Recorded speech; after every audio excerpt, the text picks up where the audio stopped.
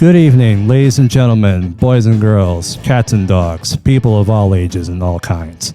Welcome to the Free Ray Media Podcast. I am your host, Raymond Correa, and we are pre-recorded right here at the Conti Building in downtown Shelton, where it contains a lot of small independent businesses where they're ready to thrive, maybe survive, and most importantly, make a good living out of themselves because they enjoy doing what they love doing. Really doing.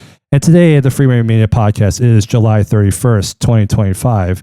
And right here at the studio, I have two guests with me, just joining me and sharing what they like to do. So guests, would you please introduce yourselves and tell us a little bit about you? Absolutely. We want to thank the Free Ray Media Podcast for having us. Raymond, thanks for having us. So my name is Joe Hawk. I am an independent filmmaker. I am the founder of Hawk Studios. We are a full video production company here in New England.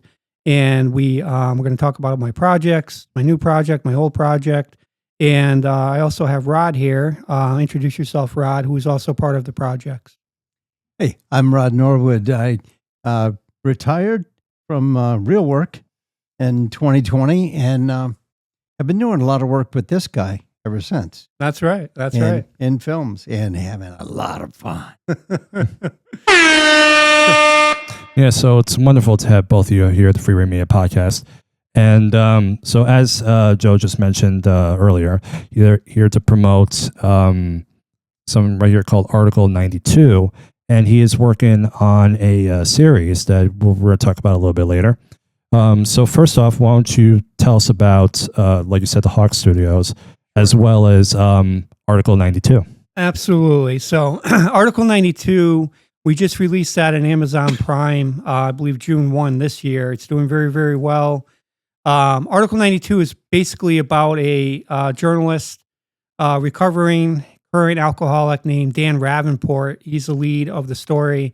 And he kind of stumbles upon a nagging wife. So he decides to get in his Corvette, get hammered on beer, right, go down this long road at night, 3 a.m, and just pounding the beers, and stumbles upon a UFO going past his car. His lights dim out, and they shut off, and he sees the U.S. military harboring an alien, a real alien from outer space.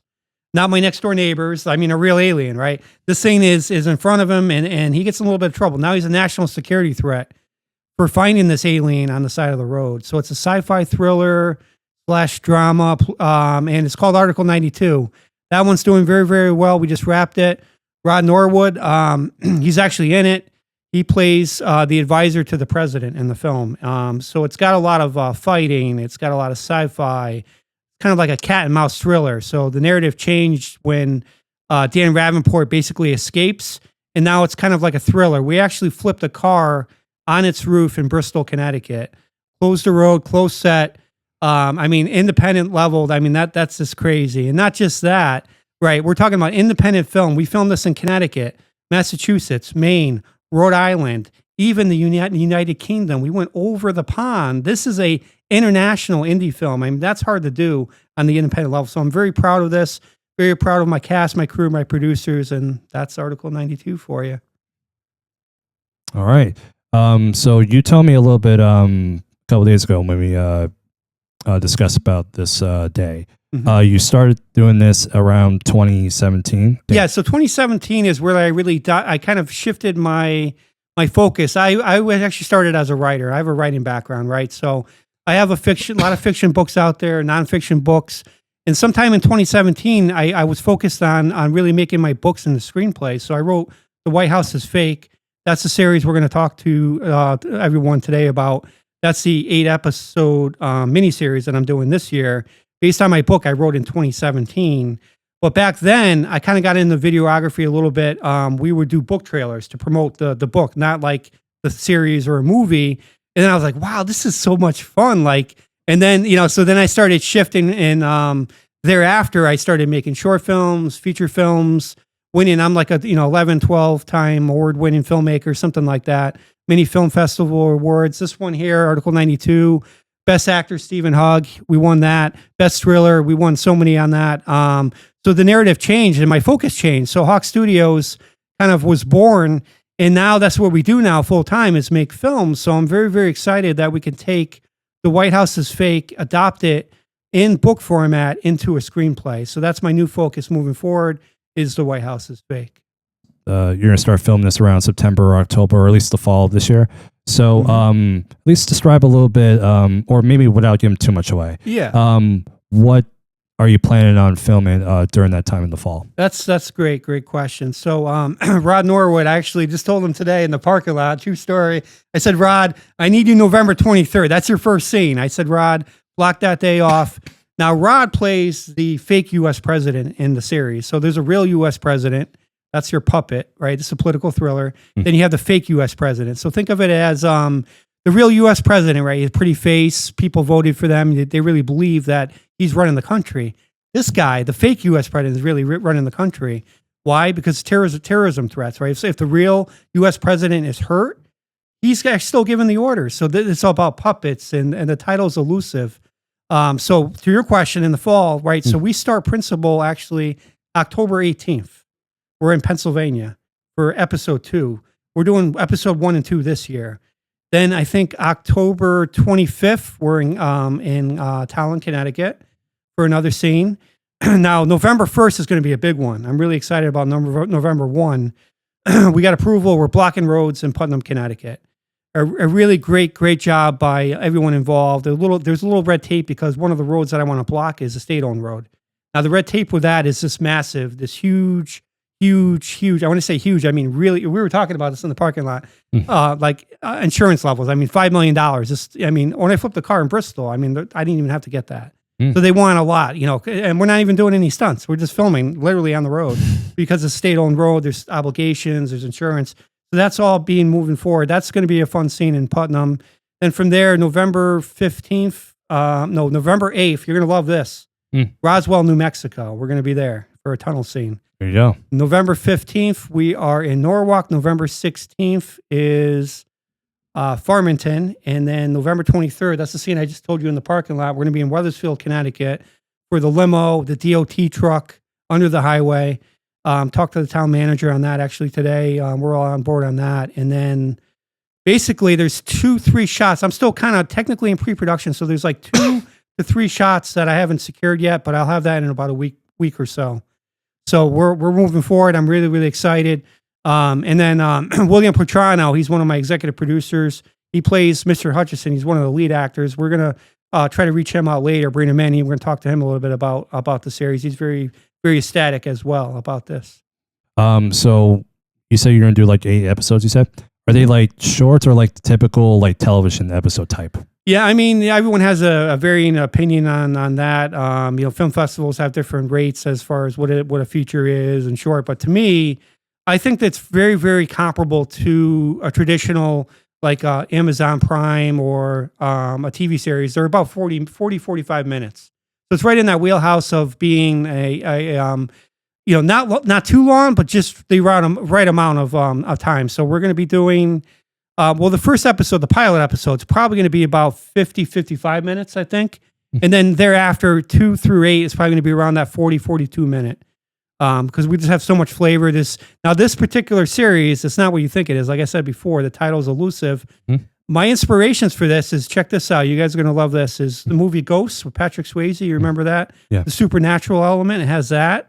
Total Recall with Arnold Schwarzenegger and Men in Black. And there was another big one, but it's escaped me. But just so many inspirations because the way the story goes, the narrative changes at some point in episode 3. Nelson Conrad is the lead of the story, but something goes down with that, and the narrative changes to Matthew Underwood. I'm not going to say what that is, but it's very, very exciting. I know this is very strange to say, but you said Matthew Underwood. Is that the guy from Nickelodeon? I couldn't tell you, but it's possible. Because that name sounds familiar. Oh, really? Yeah. Well, this is going to make you laugh. So I like a lot of Easter eggs and making assumptions based on what's happening. So the character coincidentally finds something under the floorboards, under the floorboards, right? So that's how I titled him. Right? Yeah, you saw that. So his name is Matthew Underwood because there's notes left in the same house that Nelson Conrad lived at for the new owner under the floorboards. Coincidentally, the guy that moves there is named Matthew Underwood. How funny is that? Once again. There you go. So it's all about characters. I just love like making the characters. Mr. Hutchinson, James Hutchinson. He's the bad government official. I just love that. I say that, Mr. Hutchinson. I just love saying that. It has a good ring, like a very evil, sinister name to it, right? And then Nelson Conrad is the teenager lead.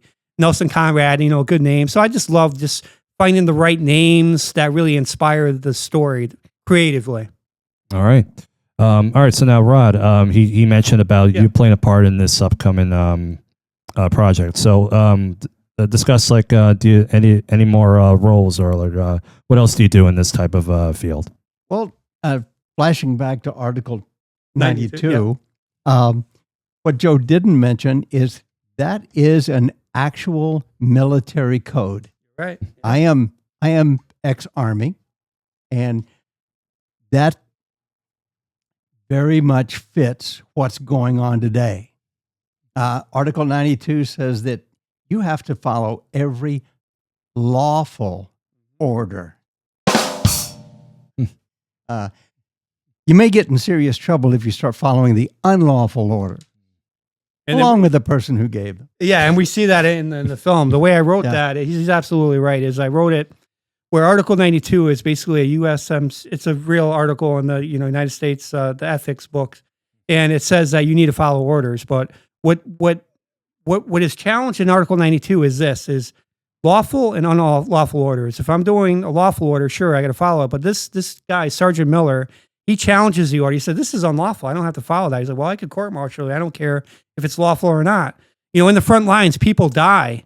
Do we get in trouble? No. So, just effing do it, right? Yeah. Just do it. So that's what we see in that. You ever see the movie Crimson Tide with Denzel Washington and Gene Hackman? No, I haven't.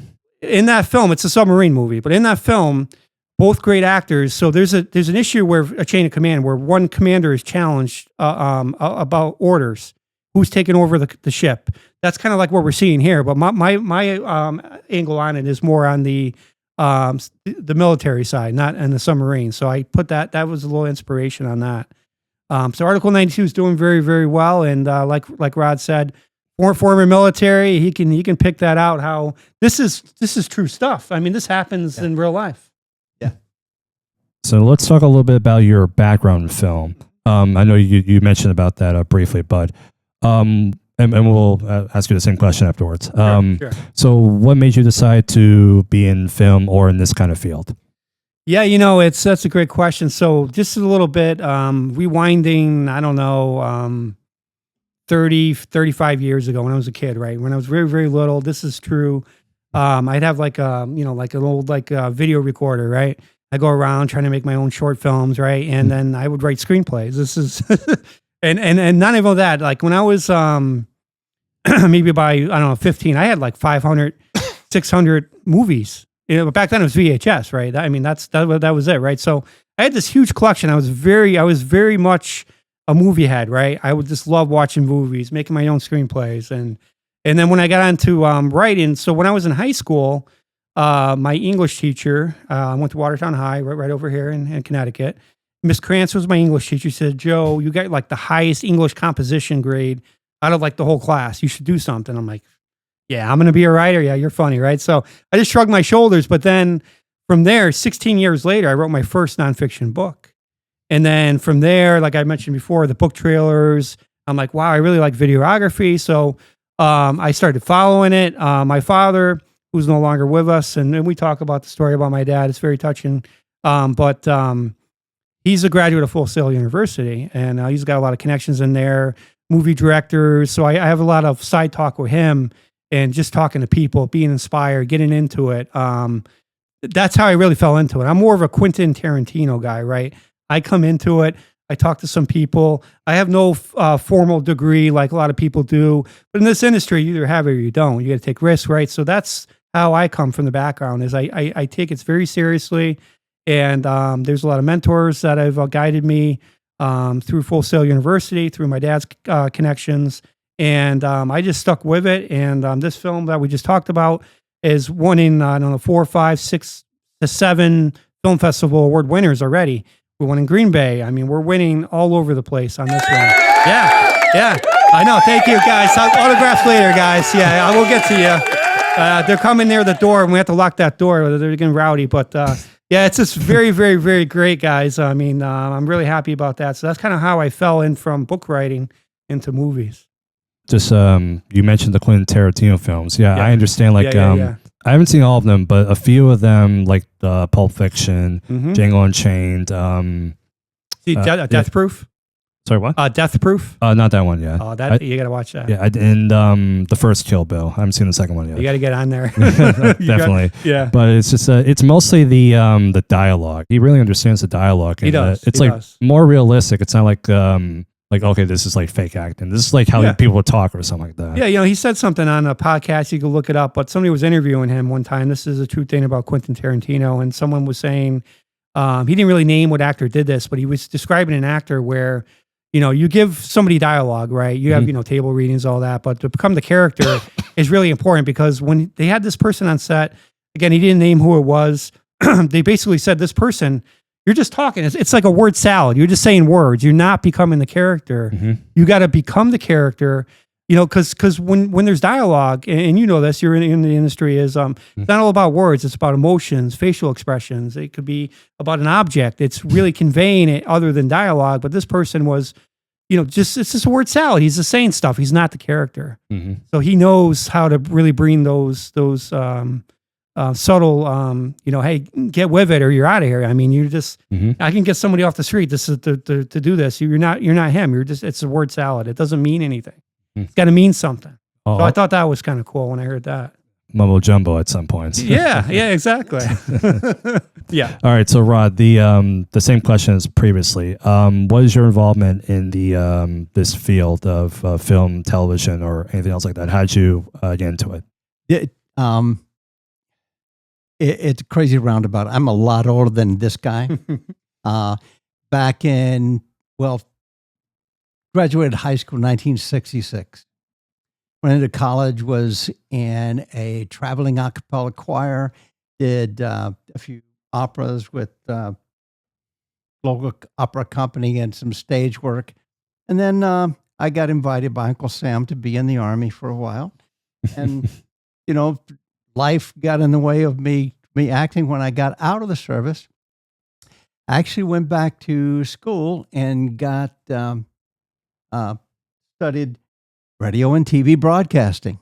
Did that for a while, but and I passed up a couple of, I will not name names, but a couple of things that would have worked out very nicely. But you got to feed a family, so it never did. But then, like I said, in 2020, got lucky again. Got a buyout from the job I was in, and decided, what could I do that I like? Hey, how about acting? Met this guy, did a number of background stuff with major studios, and just been having fun with it. All right.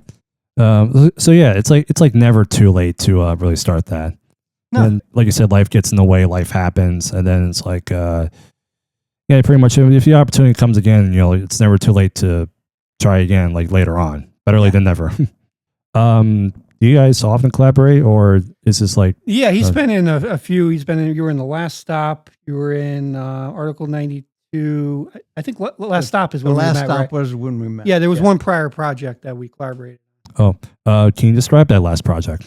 Yeah. I'll have Rod say a few words. So it's my project under Hawk Studios. It's called The Last Stop. It is on Amazon Prime as well. And it's basically about a story. I'm just trying to go back in my head. All right. So it's about a civilian. He's married. He has a few kids. And they want to go on this road trip, right? So they're just traveling down. It takes place, I believe, in New Hampshire. They stop at a rest stop. You know how kids are and wives, they need to go to the bathroom. They need candy, right? So they basically stop, and he's like, I don't want anything. You guys just go, right? So they go inside into this rest stop, and he, it's kind of a hot day, so he kind of like dozes off. He falls asleep, wakes up. He's like, where the hell are they? Like, they're not here. So he goes inside, he looks around, and he goes, hey, did you see, a wife? And no, nobody did. They're not there.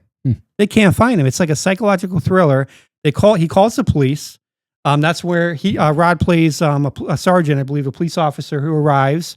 And Rod, can talk a little bit about that. Well, why don't we start there? Talk a little bit about when you arrive. What do you do there? Talk about that. Yeah, just probably normal police procedure. We get on site. We ask the guy what's going on. He says, hey, my wife and my daughter are missing.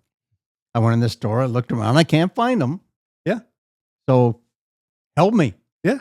So that happens, right? And then a detective was passing by. Mario Canero, he's no longer with us. He was my executive producer on Article 92. He was in that, but he passed away. So rest in peace to Mario. And also rest in peace, Stephen Hugg. He's the guy in the gray hair there. He was the lead. He never saw the film, Article 92, at all. It's very sad.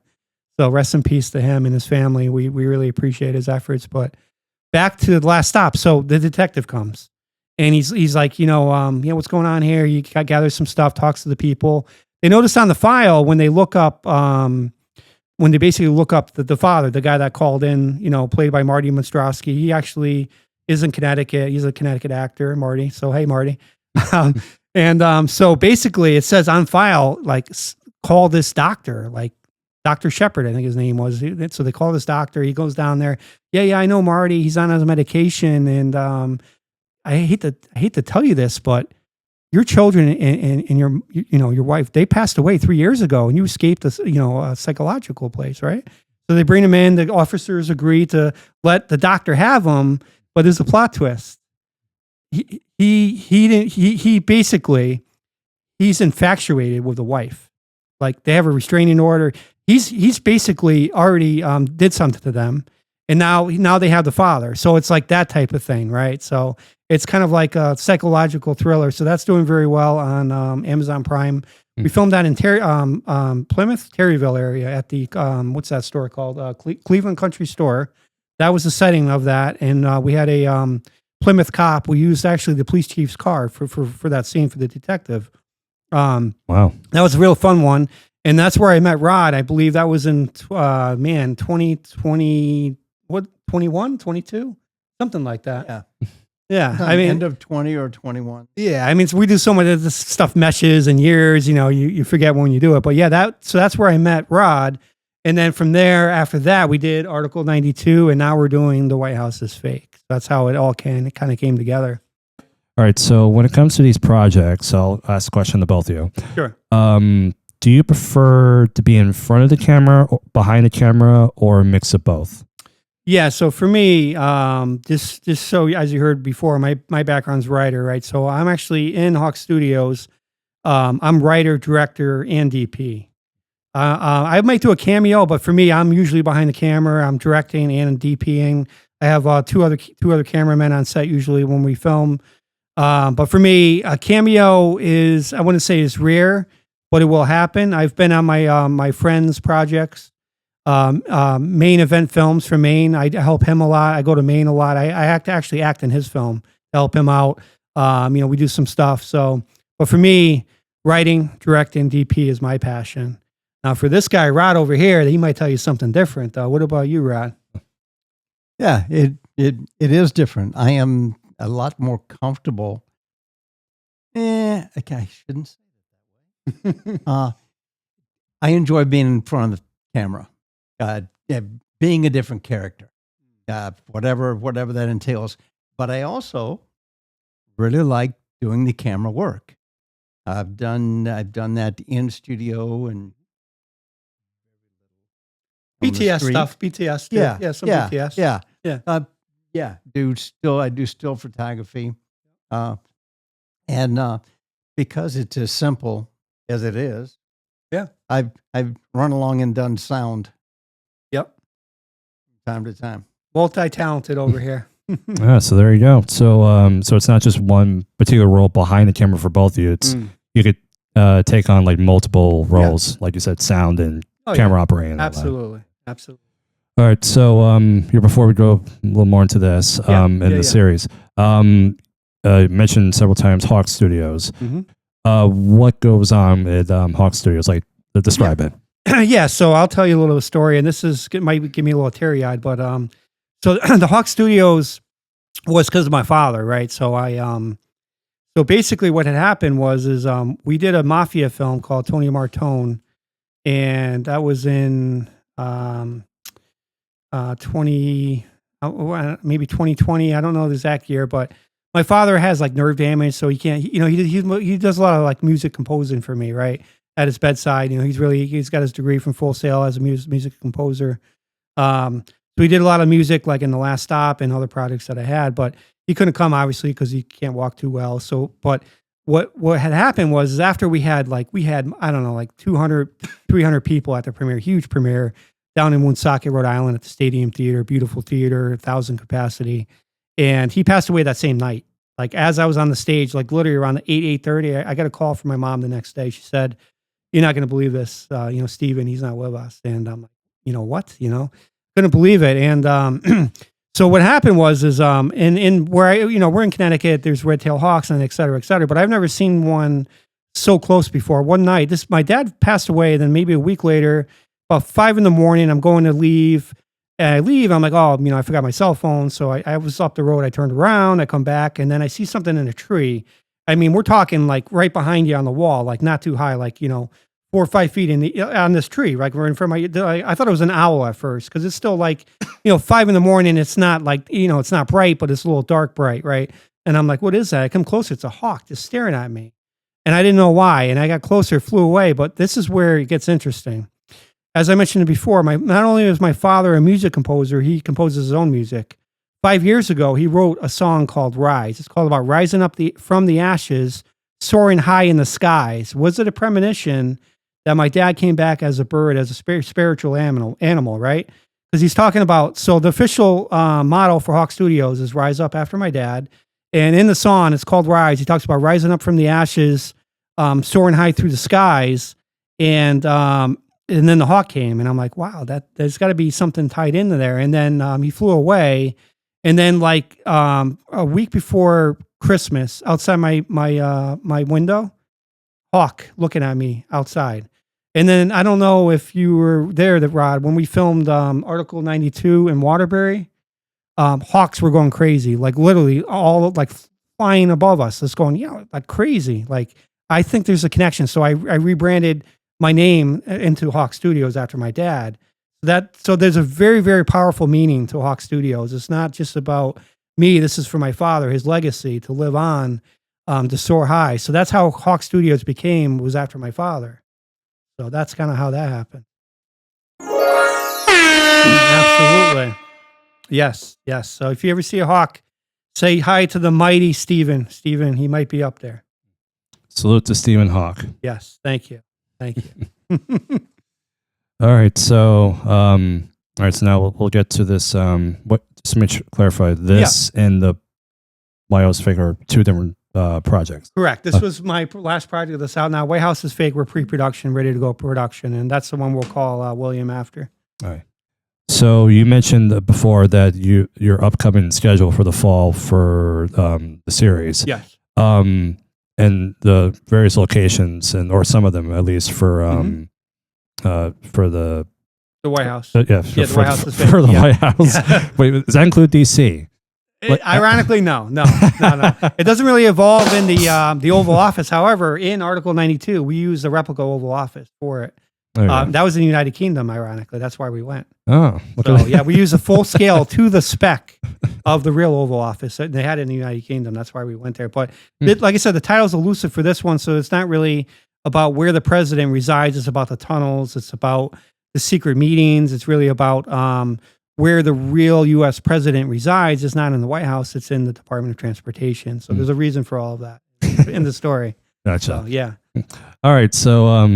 So you could tell us a little bit more about these locations as well as who is in the cast. Of course. So the White House is Fake. Actually, as we're talking right now, I'm in pre-production, so we don't really go principal until October, and we're only doing 1 and 2 right now. So actually, there's a lot of stuff experimental right now, right? So the full script is about a week away from being sent to all the actors. Like Rod doesn't even have the script yet. There's no script yet. So it's so the thing is I have to adopt the script from my book format into a screenplay. So that's what I'm working on now. So we have some of the supporting cast already. So like, for example, we already alluded to Rod Norwood. He plays a fake U.S. president. There's a real U.S. president in the story as well. And then we have, you ever see the movie The Matrix where, what is it? Agent, what's his name? Agent, Isn't Anders? no, that's Agent Smith. Agent Smith. You know how there's like a lot of them or a lot of different guys there, right? Yes. They always come, right? So in this story, The White House is Fake, it's always about James Hutchison. There are many James Hutchisons. So you're going to see that in the story that there's going to be alternative James Hutchison, because what happens is when Nelson Conrad, he's the lead, he's a teenager in the story, goes to find the blueprints of the tunnel, why it was modified, because he saw something, people coming under the highway. It all comes back to James Hutchison. Now, the story takes place in the 90s, but the phone number in the records was 35 years ago. So when he calls this, he's like, no, there's no way. There's no, numbers change, right? There's no way this guy's not going to pick up. He calls, hi, this is James Hutchison. He actually answered that this phone number is 35 years old. He couldn't believe it. And he agrees to meet with him. So James Hutchison is the evil, he's the bad government official in the story, played by William Petrano. We'll call him up a little bit later. He's also my executive producer. But to that fact, though, he even tells the kid there's many James Hutchisons, because they're government officials. They just use that generic wording. But in the story, it's more evil than that. And so we have, like I mentioned before, we have James Hutchison casted as William Petrano. And then we have Nelson Conrad. I'm going to be announcing him by August 13th. And then Matthew Underwood, we talked a little bit about him. He's going to be casted by August 13th. This is a SAG Micro project too, right, guys? So William Petrano, he's a SAG actor from New York. But with SAG Micro, we can have non-union people in it. So it's a blend, and we're allowed to do that. So like Article 92 was full non-union. This is going to be my first official SAG project, so I'm very happy about that. Although I filmed SAG projects for other people. George Zuvalis, I just filmed a film for him, Once a Week for Life. I filmed John Fiora in that. He was the bartender in Sopranos, so I filmed him. Dan Roback, I filmed him. He was in the Monster movie, Rob Zombie's new Monster. He played the Count. I filmed that guy. He's a SAG actor. I even filmed Tom Sizemore before he died. I filmed a lot of high-profile people. But this is my first official SAG Micro project under my belt. So I'm very happy with that. And then all the supporting actors, right? We have some of the women that are really sinister.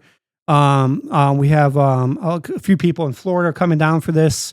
Liz Drummer, she's from Florida. We have Jeffrey Rosman. He's from, I believe, Danbury area. He plays Chief Rollins, kind of like corrupt chief, because he allows these meetings to happen. He's on the payroll, right? We have General Wallace, played by Chris. He's from Maine, so we have Maine talent, Connecticut talent, Florida. We got talent all over New York, and that's mostly East Coast, but there's going to be a few exceptions. I'm trying to think who else I have officially casted. We have a few of the bad guys. I have my guy, Kid Kobe. He's out in, I believe, North Carolina now, but he's from Connecticut. He was in an article. He's going to be coming down from that. So that's very exciting. We have, I'm just trying to think who else we casted. We have Chief Rollins, General Wallace. Who else did we do? We have a few of the other people. Ken Sweeten, he's from Connecticut. He plays, I believe, one of the secretary people. One of the senators of Virginia is Justin. He's from Maine. So a lot of talent from the East Coast.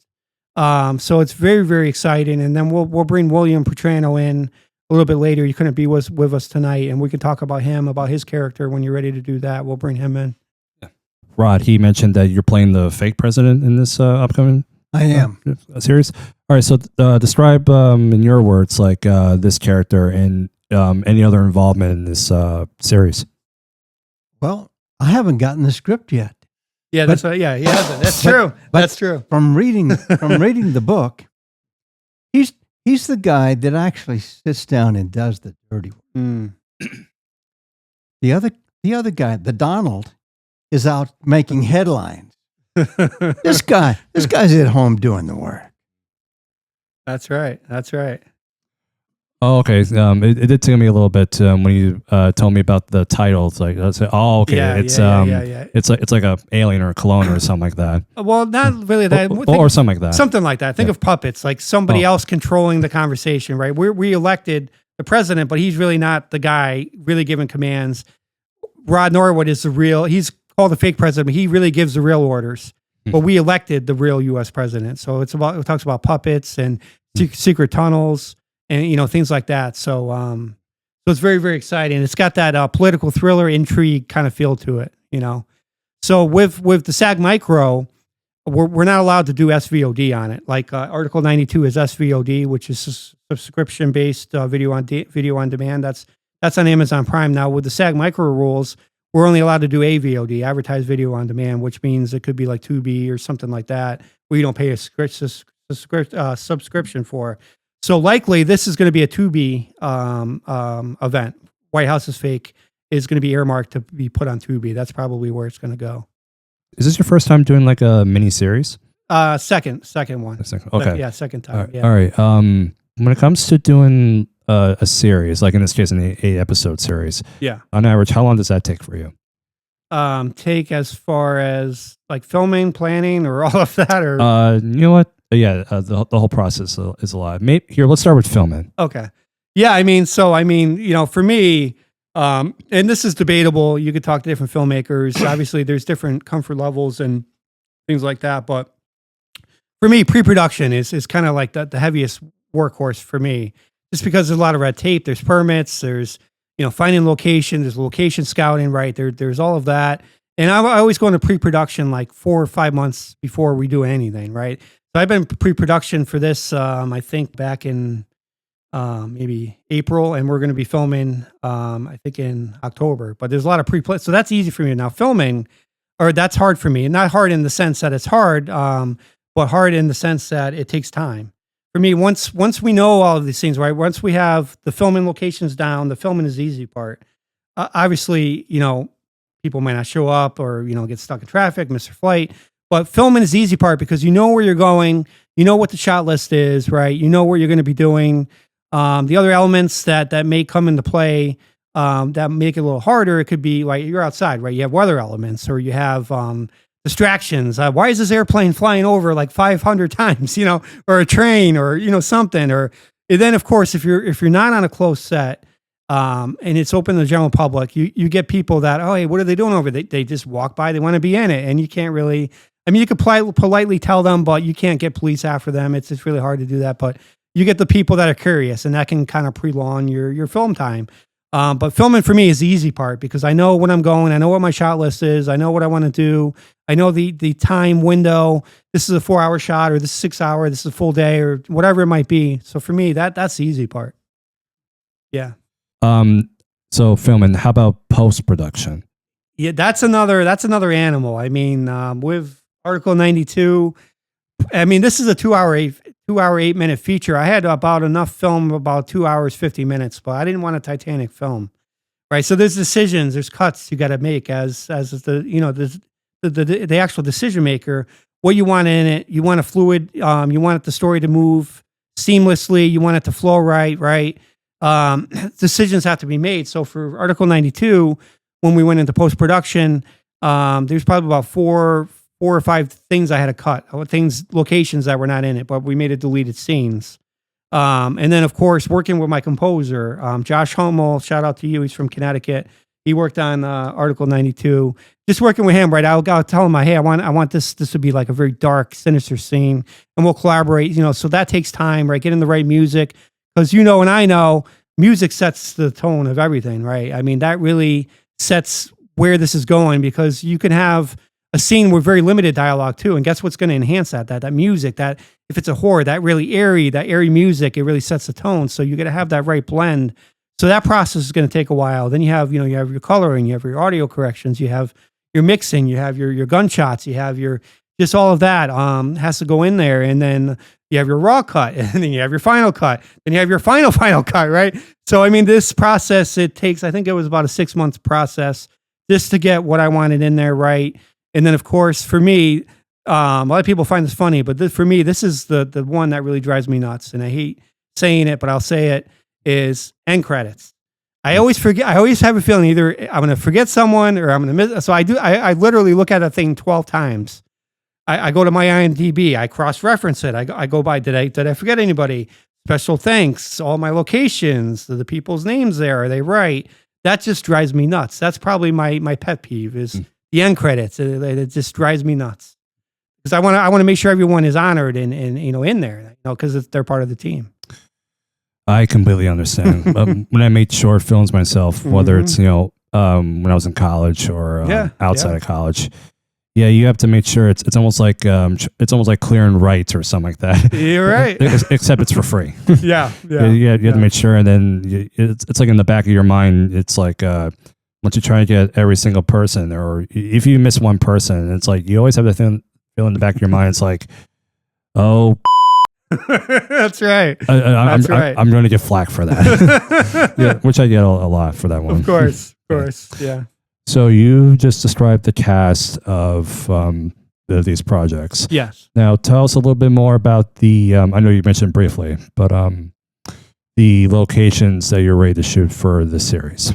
Yeah, I mean, so like for me, there's a lot of other filmmakers that, they could rent a whole Airbnb and they'll shoot everything in that one scene. But for me, my projects are not one dimensional. I mean, where I'm all over. I mean, this is like The White House is Fake. We're talking about, a political thriller. So I got to have real locations, right? So when I started planning, certain ideas, I want to be very creative. I want to be real about them. So like for me, the importance of finding the right under the highway. That's all really where the intrigue takes place. So my parents are from Wethersfield, Connecticut. I've been there many times, and there's this perfect location. Probably about 4 or 5 years ago, it was kind of open to the public. Now they have it gated off. So the town of Wethersfield has given me the approval. They're going to unlock it. They're going to give me a DOT truck.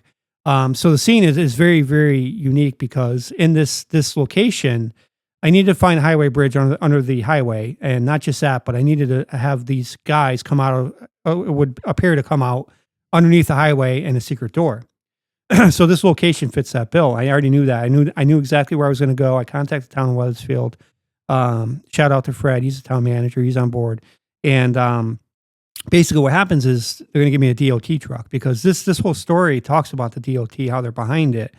The department, like I told you before, the Department of Transportation, that is the real headquarters of, the real U.S. president hides, the fake U.S. president gives the orders, but the DOT truck. So under the highway, Nelson Conrad just went fishing and he sees a DOT truck spinning his finger in the air like this. And he's like, so he kind of doubles back. He hides in the woods. He watches secret men come out of the highway.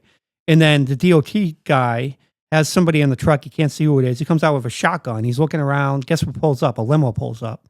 They have a secret meeting in the limo under the highway. So he's like, what's going on?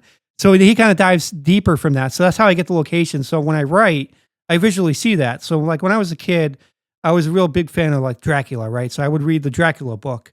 And then as a reader, you paint the vision in your head, what you're seeing, right? That's what we do. We develop like, all right, he's in a castle, right? There's cobwebs. So I'm like, you ever see the movie Monster Squad from the 80s?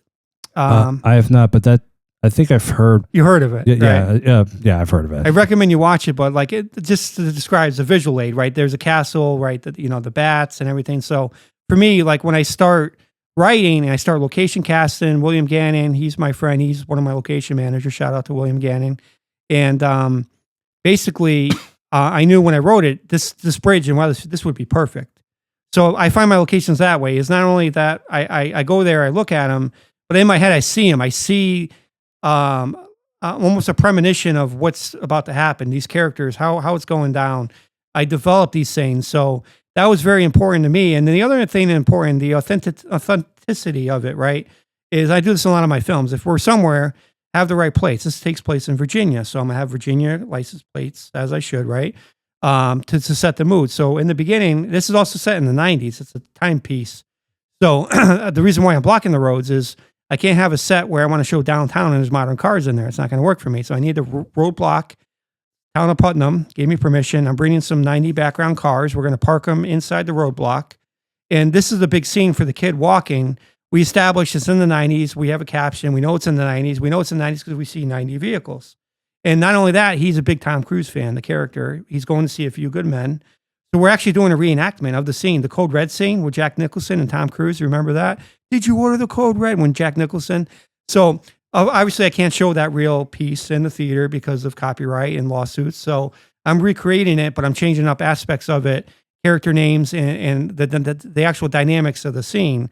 But he's going there to see A Few Good Men. So I have that tie-in, right? All the 90s, all the tie-in. You got to have the plates, right? So it's very important. Now, if you watched, they do this, and I do this, everyone does this. If you watched Happy Gilmore 2 recently, Adam Sandler, I'm a big fan of his. But if you notice, in the first one, it takes place in Waterbury, Connecticut. We know that. They described it. In the second one, it's still in Connecticut. We see the license plates in Connecticut. We see the moving truck in Connecticut. The news WFSB is there from Connecticut. But they filmed that in New Jersey, all in New Jersey, not even in Connecticut. So that's what I'm doing is we're in Virginia, but we're filming in Connecticut. For me personally, when it comes to like when you set a time period, even though it's like decades before and everything, to me that makes it a little more timeless because I know you're not. I mean, I know you're making references, you're doing pop culture back then or something like that. But if you're doing it like decades later or something like that, it does make it more timeless. So it's like, okay, you could watch them like much later. You don't have to worry about. Yeah. It's like unlike films like directly or in that year, like it's 1994 and that film was made in 93 or something like that. Yeah. Yeah. It's like, oh yeah, just really remember that. This is very dated. It does have that you're right. That feel to it or something like that.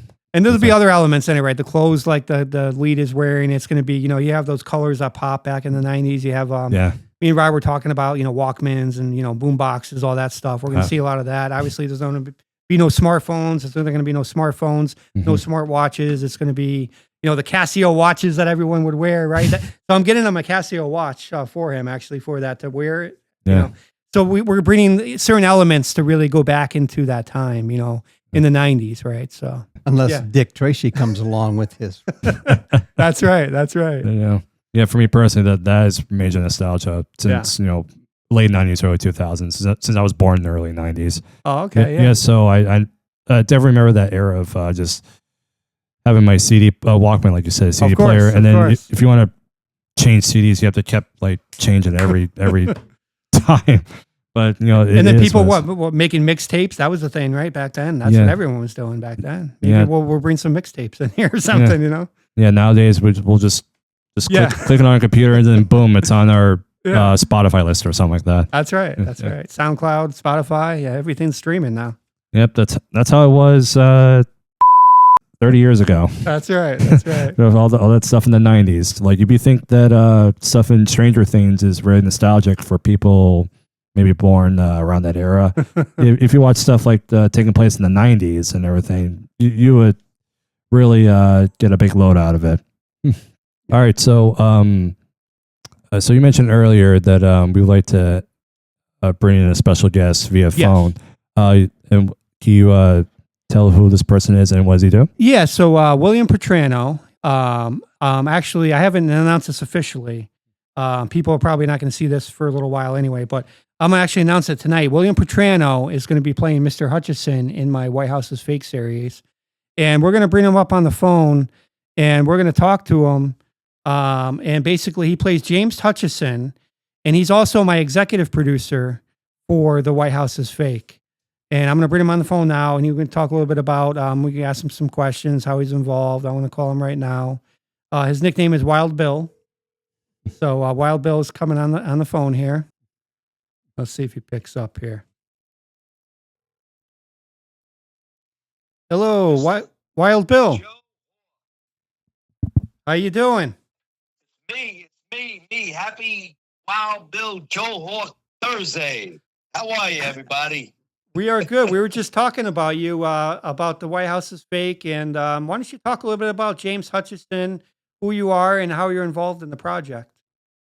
Oh, anyway, sorry we couldn't make it up today due to Mother Nature. They say you can't mess with Mother Nature. Okay. Unfortunately, I wish I was there in person. Mr. James Hutchison. Okay. What can I say about it? That I feel blessed and I feel honored to be even portraying this character. And I've been really working hard on it, Mr. Joe Hawk. I know you have. I know you have. He's really coming to life, and he's the villain in the series. And we were just talking about you, also as the executive producer on the series and your production company involvement. So we're really excited to Yes. have you on board here soon. We're going to be filming very, very soon. Yes. I just want to say one thing. Wesley Production Company, that's my production company, and it's an honor and a privilege to be involved in this project and be an executive producer on something that I'm part of with you, Mr. Joe Hawk, because we're blessed. But I got to tell you, reading my character of Mr. James Hutchison, there's some. I don't know exactly about him because I only have so much the gist of it, but I'm making it my own, if you know what I'm talking about. Yes. It's like I didn't get everything on it, but I am going to tell you, I am James Hutchison. I'm feeling it. I know he's a villain. I know he's a bad, if I can say that. Probably not. What'd you say? No swearing. Keep it light. Keep it light. Whoa, we should. Okay, so you gotta tell Mr. Hutchison. You gotta give me an advance. Okay, no swear. Okay. Yeah. All right. So what I'm trying to say is that he's a bad dude. Okay, and it's me, and I'm James Hutchison, and thank you so much for giving me the opportunity. And I cannot wait to start filming with you and working with everybody and working and just making this project a reality. Absolutely. Yeah. We were talking about, how he was, basically, his phone number was on some records and Nelson Conrad, how you really scare him in the series. And so everyone's very, very going to be very intrigued about this. So we were just talking about a lot of the characters in the series, and we were talking about some of the locations, and everyone is really, really excited. Can I say hello to the fake president there? Is he there? He's there. Say hi. Say hi, Ron. He is. He happens to be fakely sitting close by. I missed that. Oh, he said he's fakely sitting close by. Say it again. He's fakely sitting close by. Okay. I tell him I says hello and God bless and to everybody doing a show up there. What is the name of the person doing the show? I don't even know. Yeah, so his name is Ray. He is with Free Ray Media Podcast. Oh, Ray. Ray's here as well. Ray. Yes. Hello, Bill. Ray. This is Mr. James Hutchison here, and the White House is fake. And that's all. What can I say? I can also say this, Mr. Joe Hawk. Yes. That the kid Nelson Conrad. Okay, he's in trouble. That's all I have to say. He's in trouble. Absolutely. He's in big trouble. And with my experience of over 25 years in this business, bringing this character to life is going to be an honor and a privilege. And it's happening already. I got to say that. And you know that, Joe. Absolutely. You know and William is a SAG actor from New York. So we're really blessed to have him on board. Wesley Production Company is his production company, and he's the executive producer, and he plays James Hutchison. And by the way, next year will be 20 years that I got my SAG card. There you go. Yeah. Congrats on that. So it's going to be great that we're going to be working into the production, and that's going to happen. So we'll do some celebration. Absolutely. After I take care of all the people in the project, then we'll celebrate. So William, before we let you go, we're just wrapping up here. Tell anybody maybe how they can find you, anything like that, maybe on social media. Okay, well, yes, social media. Okay, I'm on Instagram, at William Petrano. Yep. My email address is easy. If you want to email me personally, it's williampetrano@gmail.com. My production email is westerlyprod, production short @gmail.com. westerleighdprod@gmail.com. And William Petrano is easy @gmail.com. That's my personal email address. And you can call my hotline number, Mr. Wild Bill, 1-800-WILD-BILL, and answer Mr. Joe Hawk. That's we're working with. That's right. I love it, Wild Bill. But go ahead. Yeah, Joe. I'm sorry. I'm so excited to be here. I just wish I was there. in I person. know. We can, you're Next like time. here virtually though. We can hear you. So, Wild Bill, we thank you for joining. We're just wrapping up here. We wanted to bring you on and get your voice on here. I just want to say one thing. If Yes. I could just say one last thing. Yeah. Go ahead. I'm proud to be involved in the project, also as an executive producer. And people listening out there, please, this man, his real name is Joseph McGee, but nickname Mr. Joe Hawk. Correct. Please support him and support the project. This is an amazing project, not only because I'm involved in it, but a lot of other great actors and everybody. But this man, Joe Hawk, is the real thing.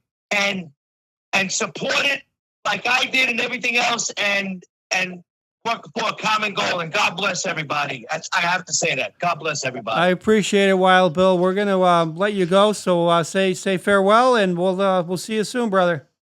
Okay, this is Mr. Hutchison signing off. In character. Getting back to work. We got to go interrogate somebody. All right, brother. Lay off the kid. Be easy, okay? I cannot do it. I'll get back to you later. Hey, get over here. Get over here. Hold on. Wait. I'll be right. All right. I'll see you guys later. I got to go. All right. Take care, brother. All right. Mr. Hutchison signing off. God bless you. Bye-bye. I love it.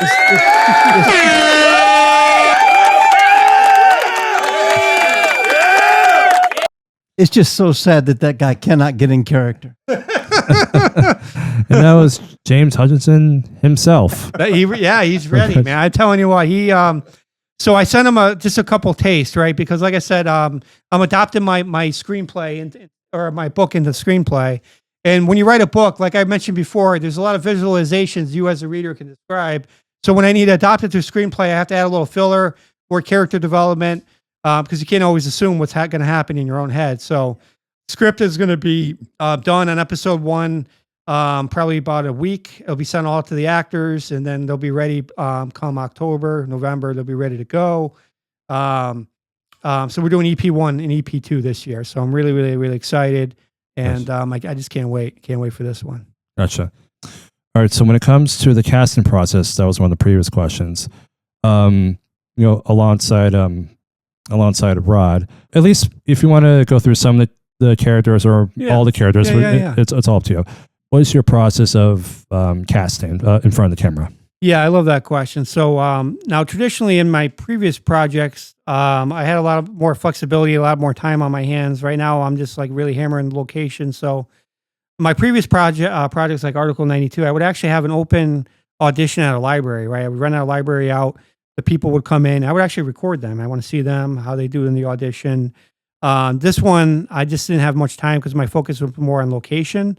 So what I did is it's self-taped audition. So I would give them, hey, this is what I want. I want you to state your name, state your union status, state the role you're interviewing for, state your geographic location. That's before you do anything. So they do that, and then once I know what role they're doing, I'll send them some sides.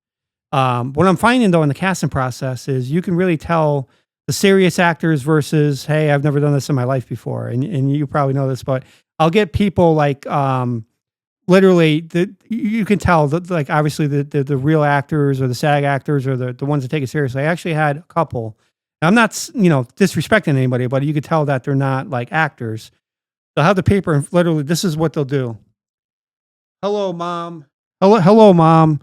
How are you doing? They're looking at they're not taking the time to learn and then it's not many. It could be a page, could be a page and a half.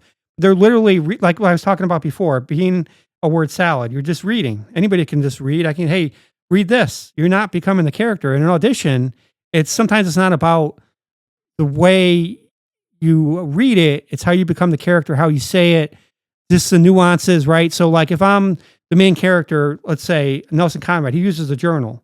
Now you could tell experienced actors, what do? They bring a notebook. They use the notebook in the audition. They use certain elements in the audition. So that's how you can know a real actor between somebody that's just beginning. So in my process, I saw a lot of this just reading from a paper, looking up, looking down. I mean, when I say looking, I could see literally the paper is like that, like what I'm doing. So obviously they're out, right? And you want to be a background actor? Sure, come on down, but the process is very challenging. This particular one on the 3 big roles, Mr. Hutchison, Nelson Conrad and Matthew Underwood, the competition was very stiff. I had about on Mr. Hutchinson, I had about over 100 people. Like, I mean, I had about on the 100 people, we had 3 top contenders. Matthew Underwood is so tight right now between 2 people. I couldn't make a decision. I actually emailed them. Well, I didn't email them. I said, "Hey, call me. I got some news." One guy, it just really killed it, and this other guy killed it, but in a different way. You know, they have their different nuances. So Matthew Underwood, that's what I'm referring to. He's a blue collar worker, like a construction worker, right? I needed more from them because what they read for was a very intense role, right? So I said, "All right, guys, you guys are neck and neck. I'm going to send you like kind of like a regular dialogue, but it's going to have some paranoia and some like, you know, some different stuff. I want to see how you do against the other guy." And they were okay with that. So that one is like a race right now. We're neck and neck. So that decision is probably not going to be made till late August. And then Nelson Conrad, I had 2 strong contenders. I've already made the decision. He knows it. I've already told him. I've not formally announced it yet. I will be doing that August 13th. So I'm very excited about that. And then as far as the supporting, just on 1 and 2, we probably have just a few people we got to cast. Obviously, there's going to be a lot of background people, but as the supporting, it's probably maybe 2, 3, maybe 4 people. I haven't really gotten there yet, but they come in a little bit later in November, so I'm not worried about that. But that's basically my casting process, is really venting out a lot of people, the skill level. As I alluded to before, it's not about reading, it's about becoming the character, using items, emotions, eye contact, the grin, the looks, just becoming the character, tone of voice, everything. Everything is important in the audition process. So, Rod, you are pretty much mostly in front of the camera. Do you have any favorite actors or actresses or like inspirations that made you want to do this? I have a lot of actors that I really appreciate, love their work, but for me, it's been pretty much my personality. You know, I have a hard time when I'm in a group being me, talking around. You give me a character sheet, I'm Joe or Bob or Ralph or Jimmy John. Anything you want, baby. That's what acting is about. Yeah. Yep. So, do you have like a favorite type of style when it comes to acting, or does it vary? It varies. What I've been doing lately is a lot of police work, and one of my first. Well, this was actually a lead project in a short film, the first one I did, and I was just a really crazy old guy who looked like he was having a bit of bad luck, and so he could kidnap this girl and sell her. That's right.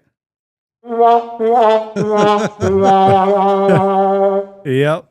Always something dramatic or something that takes you like somewhere left field, but really unexpectedly. Well, I mean, that's what plot twists are for, and for an audience to get intrigued, pretty much. Oh, and I love plot twists. I do that a lot in mine. That has a major plot twist in Article 92, and I throw those elements in everything I do. The White House is Fake is going to have a big plot twist as well.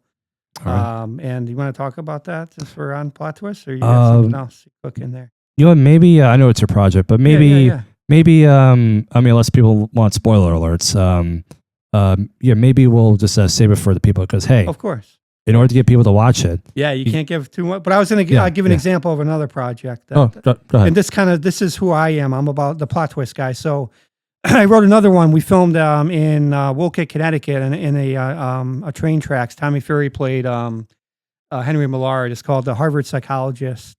And I actually won best plot twist for a horror film. This is like a psychological horror, and I won that in film festival. And I do this a lot in my films. I'm not one dimensional. I always put the plot something. So premises of the film is this: Henry Millard is a psychologist, and he works for a living, but he moonlights as a serial killer. Why? Because he's smart. So what happens is he sees this woman jogging all the time. It resembles his ex-wife. He wants this woman, like, lock her in his train. He lives in a train. I mean, we filmed in a train car. That's his house. He's a serial killer. So basically, he brings him in. He becomes Edward Atkins. That's his second pseudonym. And what happens in this film, where I got best plot twist, is that so check this out. So he actually purposely goes to an actor's house. So I have an actor playing an actor in the film. This is true. He goes, "Oh, Corey Hodges, I seen you in this film." So he's pretending to be a director. This guy, the psychologist. "I'm a director. I've seen you. I'm sorry I'm at your house. I want you to come and do this role for me." He's like, "Yeah, but I'm known for comedy." He's like, "Yeah, this dramatic role, you're going to do great at it." So he basically convinces him to meet him on location. He doesn't want to give him the script because it's personal to him. He makes up a story. He goes on set, and the whole scene was about killing Elizabeth Carter.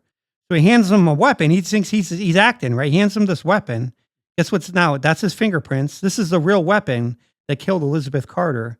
Now the actor's fingerprints are on it. So this is what he does. He goes, "Great news. The psychologist says our next filming is at the police department. And you'll meet me there tomorrow." But what he doesn't tell him, he mails him the confession tape that he filmed that the actor thought was basically him acting, right? He mailed it to the police department saying, "Hey, this guy's coming for his confession." So when he comes there, the police department is like, he's like, where's Henry? Who's Henry?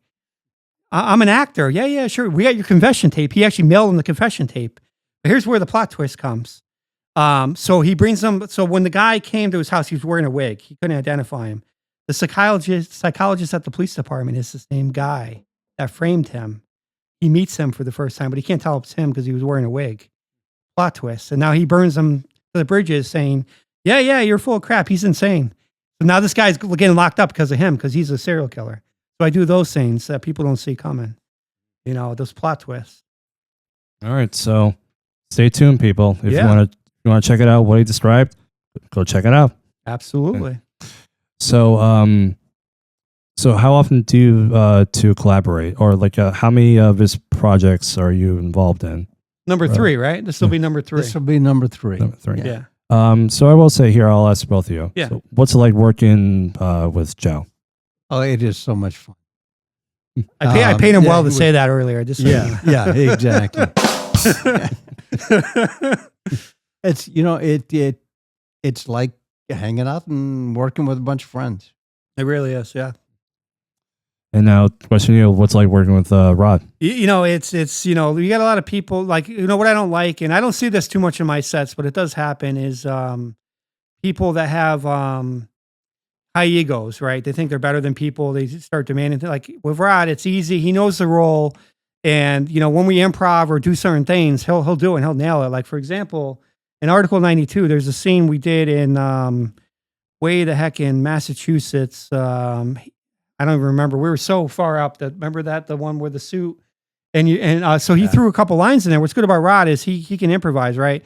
So he says a line, wasn't in the script. He's like, basically he's ordering his mercenaries to go inside and kill the lead character. But what Rod adds is he improvs. He's an actor. He does these scenes. He goes, guys, shut that up. Go do your job. I haven't shaved in 4 weeks, and this gout is freaking killing me. So he adds these flavors to it, and he does it so naturally, and it's funny. So that's what I like about Rod, is he adds these nuances, and it works. It's funny, and he could just do that with just a blink of an eye, and it's really fun to watch. So you just described a scene, which brings me to my next question. Sure. Would that be your favorite scene, or for Article 92? Would that be your favorite scene, or is it another one you could describe? Probably one of my. I have a couple favorite scenes. That is one of my favorite scenes because it's just funny. Yeah. A lot of people were laughing in the theater. There's another one that I wrote, and Rod probably agree with this. Is another funny one that the theater just went nuts for. Is so Dan Ravenport, he's being interrogated by Homeland Security agents. They know he saw an alien on the roadway.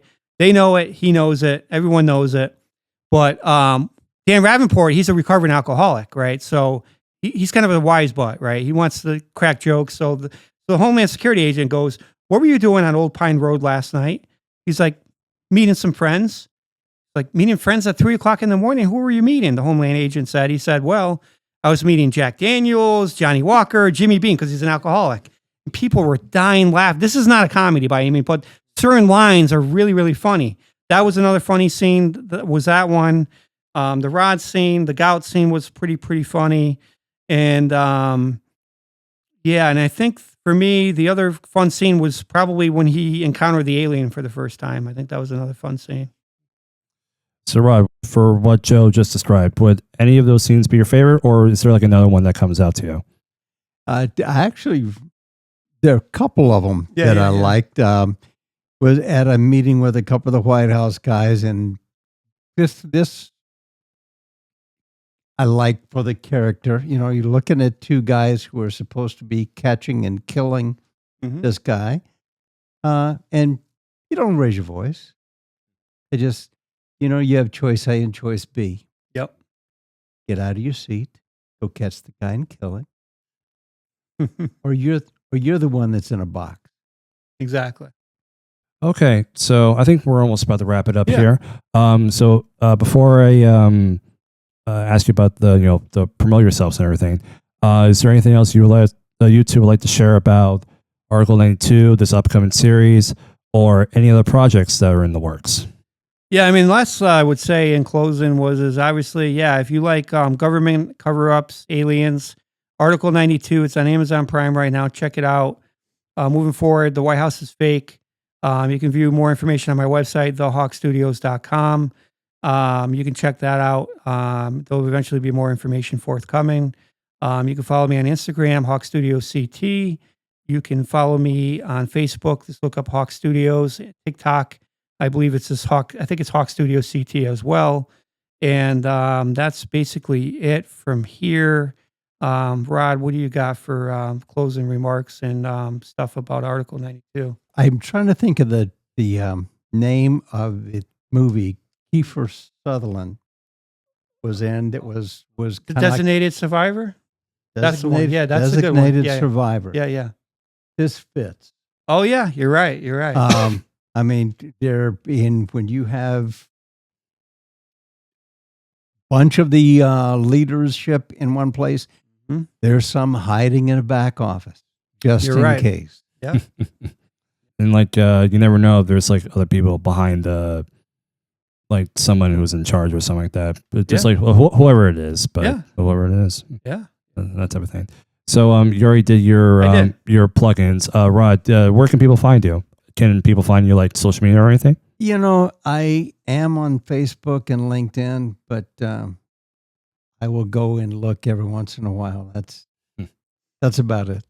That's like a healthy way of being on social media, especially for us younger generations.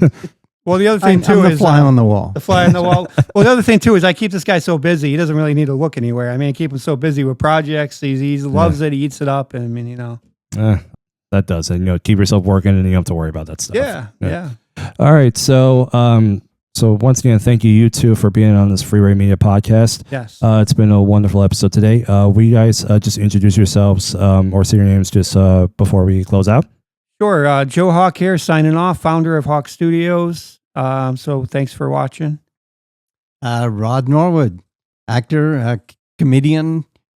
It's very kind. Musician. Very kind to say musician. And to your question earlier, I find the stuff that I don't do with Joe, I'm on Backstage. There you go. With the website? Backstage is it's like a film. Filmmakers can post jobs for actors there, and they go there and basically apply through Backstage.com. Shout out to Backstage.com, guys. Yeah. There it is. Yeah, it's like search for actors or something like that. Yeah. There you go. Yeah. All right, so that's good. And for all of you who are tuning into the Free Ray Media podcast, I am your host, Raymond Correa, and joining me today was Joe and Rod. And look out for their upcoming film projects for the White House is Fake, which will probably be released like next year or the year after that. Yeah, so here's the schedule. This year, 2025, we're filming episode 1 and 2. 2026, January through March, we're going to film episode 3 through 8. So tentatively, end of year.